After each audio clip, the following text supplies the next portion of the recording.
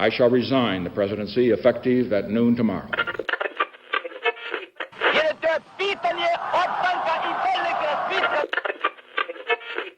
Sejam todos muito bem-vindos a mais um episódio do podcast Mundo História.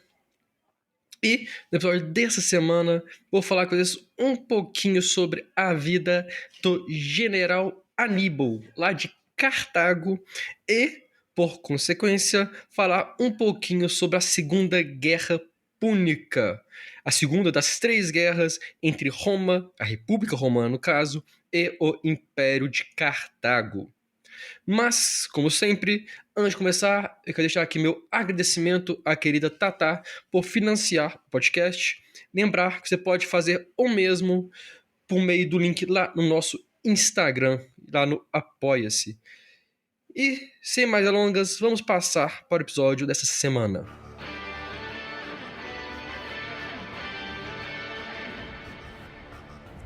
Aníbal nasceu no Império de Cartago. Era filho também do general Amilcar Barca. E desde sua infância, assim como muitos de seus conterrâneos, cultivavam ódio contra a República de Roma, contra os romanos. A sua experiência como líder militar se deu na atual Espanha. Ele se viu como um general, como comandante na região, mas subordinado ao líder Hasdrubal. Porém, com a morte desse, o exército o proclamou comandante em chefe.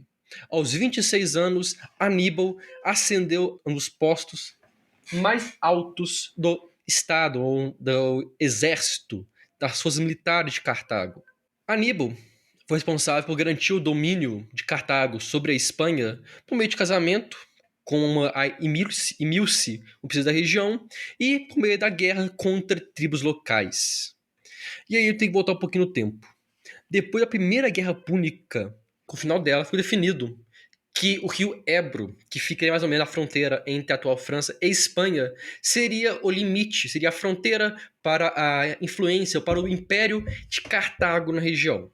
Aí nas proximidades, mas ainda o território que era ou que seria de domínio dos cartaginenses, havia a cidade Saguntum, que foi atacada em 219 pelo Aníbal. Mas a cidade contava com uma boa, se não uma excelente relação de amizade com Roma. E, em resposta, a República Romana declara guerra a Cartago, iniciando a Segunda Guerra Púnica. Cartago tinha um excelente exército, mas Roma dominava os mares. O Mediterrâneo estava sob o comando de Roma. E Aníbal sabia disso. Sabia que não conseguiria fazer nada pelo mar. Então, teria que partir da Espanha e, por terra, chegar a Roma.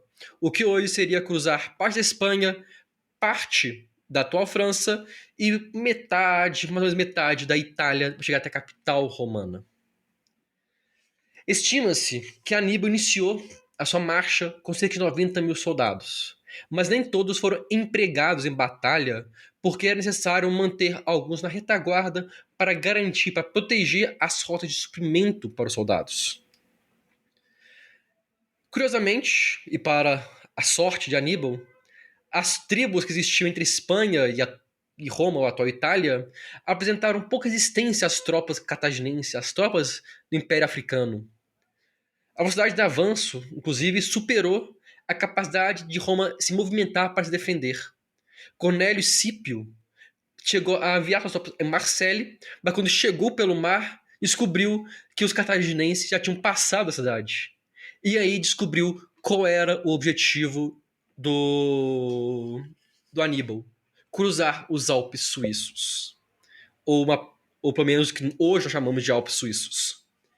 Como se não bastasse o fato de que cruzar os Alpes suíços, lidando com frio intenso, queda de rochas, ataques de inimigos, já seria uma missão dificílima e com baixas, Aníbal contava ainda, além dos seus milhares de soldados e cavalos, com cerca de 37 elefantes. Sim, Aníbal marchou com elefantes do norte da África para a Espanha, para a França, até os Alpes, guerreando tendo pequenas batalhas no meio do caminho, e, obviamente, muitos elefantes morreram, mas eles conseguiram, muitos chegaram vivos ainda. Com as perdas na viagem, em combates, deslizamento de pedras, frio, e com as tropas deixadas para trás, como falei, para vigiar a rota de suprimentos, Aníbal saiu dos Alpes com 25 mil soldados, 6 mil cavaleiros e algumas dezenas de elefantes de guerra. Com essa grande parada esperada, o exército cartaginês chegou na Itália romana. A primeira grande batalha de Aníbal foi nas planícies de Po, e teve como resultado uma vitória dos povos africanos.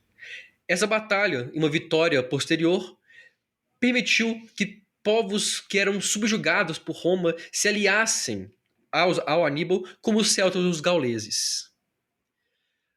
Muitas batalhas sanguinárias ainda esperavam os exércitos, como a Batalha do Lago Trasimeno, no qual o exército romano, o parte do exército romano, sob o comando de Gaius Flaminos, foi dizimado pelas tropas de Aníbal. Curiosamente, Aníbal, que vinha assim numa crescente, com uma série de vitórias, decidiu não avançar sobre Roma. Não se sabe ao certo. Pode ser por cansaço das tropas depois de todo esse movimento que fizeram, todas as batalhas, ou pode ser porque ele superestimou a defesa de Roma, acreditando que não conseguiria tomar a cidade. O fato é que ele se conteve. Mas isso quer dizer que não houveram mais batalhas. Na Batalha de Cannae, Aníbal contava com uma vantagem inicial e teve uma estratégia inteligente. Ele ordenou que suas infantarias recuassem, não de fugir, mas de ir para trás, o que forçou ou levou a infantaria romana a avançar. Quando ela fez isso, ela expôs seus flancos, expôs seus lados. Aníbal movimentou suas tropas, que cercou de 3 lados o exército romano, e por fim a sua cavalaria finalizou o cerco, formando praticamente um quadrado contra o exército romano.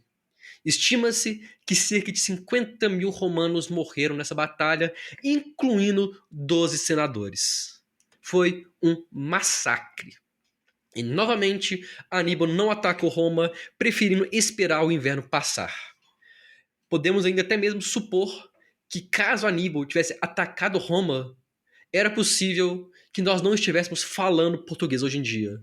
Porque a história europeia, com toda certeza, seria diferente, o que impactaria também as suas línguas. Mas havia uma questão. Aníbal estava na terra do inimigo. Os inimigos, os romanos, tinham a vantagem de conseguir convocar novos soldados e se refortalecer. Ao mesmo tempo, e apesar de, e aí, para a tristeza de Aníbal, o exército africano não tinha soldados suficientes para atacar todas as posições romanas. Ao mesmo tempo, era muito difícil, à medida que eles avançavam, que os suprimentos chegassem por terra, e por mar seria impossível. Dessa forma, o exército de Aníbal passou a depender quase exclusivamente de suprimentos conquistados localmente. Ou seja, cansados, com suprimentos escassos, ou no mínimo muito menores que antes. Soldados mortos, soldados feridos, soldados que hoje seriam chamados de povos bárbaros, os gauleses, os celtas, que partiram em outra casa, o exército de Aníbal perdeu força. A grandiosa campanha de Aníbal, vitórias massacrantes, de um avanço fantástico, com elefantes por montanhas, se tornou agora pequenas batalhas e até mesmo derrotas, com os romanos recapturando grande parte dos territórios. Em 208 a.C., Asdrúbal, irmão do Cartaginense, cruzou os Alpes para se unir a seu irmão e voltar a atacar a península.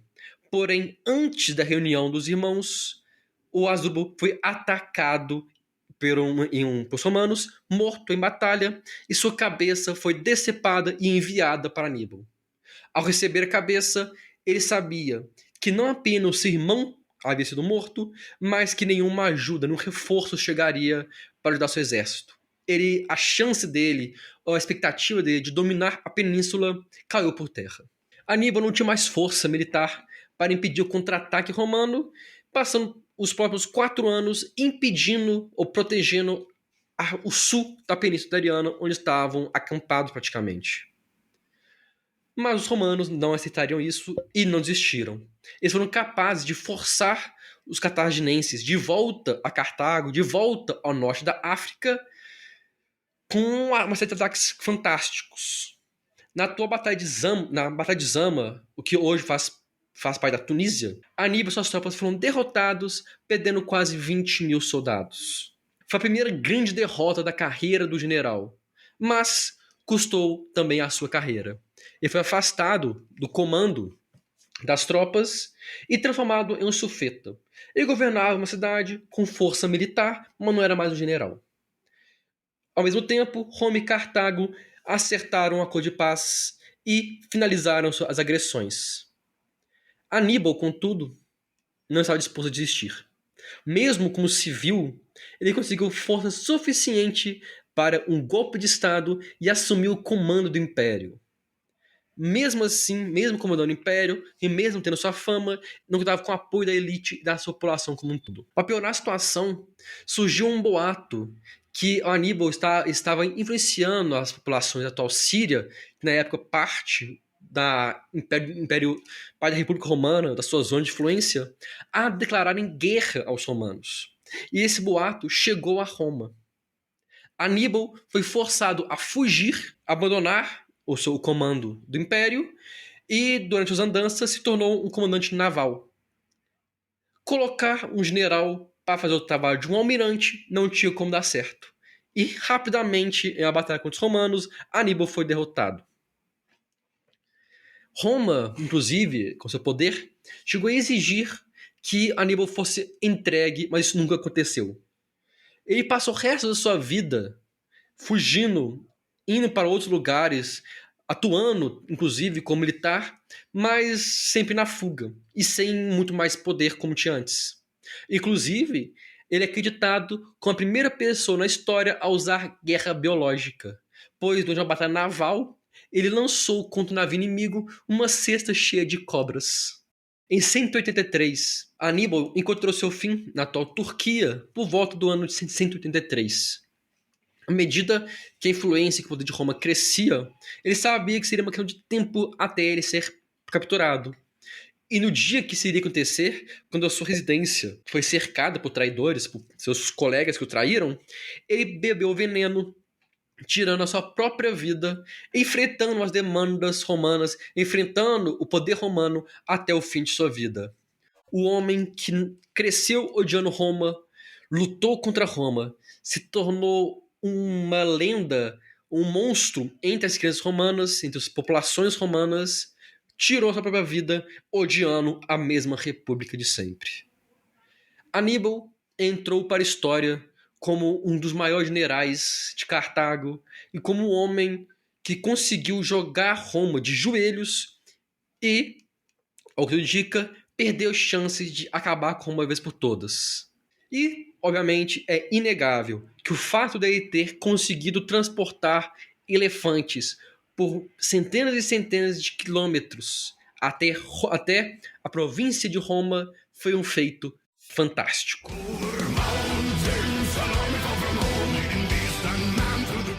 Eu agradeço a todo mundo que escutou o podcast aqui. Convido vocês a nos seguirem no Instagram, Facebook, Twitter, TikTok e Blue Sky, nas páginas de história, para estar sempre por dentro quando um novo episódio for publicado. Por meio do nosso Instagram, como eu disse, você consegue ainda acessar o Apoia-se para você que tem interesse e condições financiar o podcast, que ajuda a manter o programa no ar, mas você também pode nos ajudar e muito compartilhando esse e outros episódios com os amigos, colegas, familiares, parentes, qualquer um que você ache que pode gostar de entender um pouco mais sobre a história do Aníbal e um pouco mais sobre a história como um todo. No mais, obrigado por quem escutou até aqui. Nós não tivemos episódio semana passada por problemas técnicos, mas agora está tudo normalizado. Então eu vejo todos vocês na próxima semana. Um grande abraço e até lá.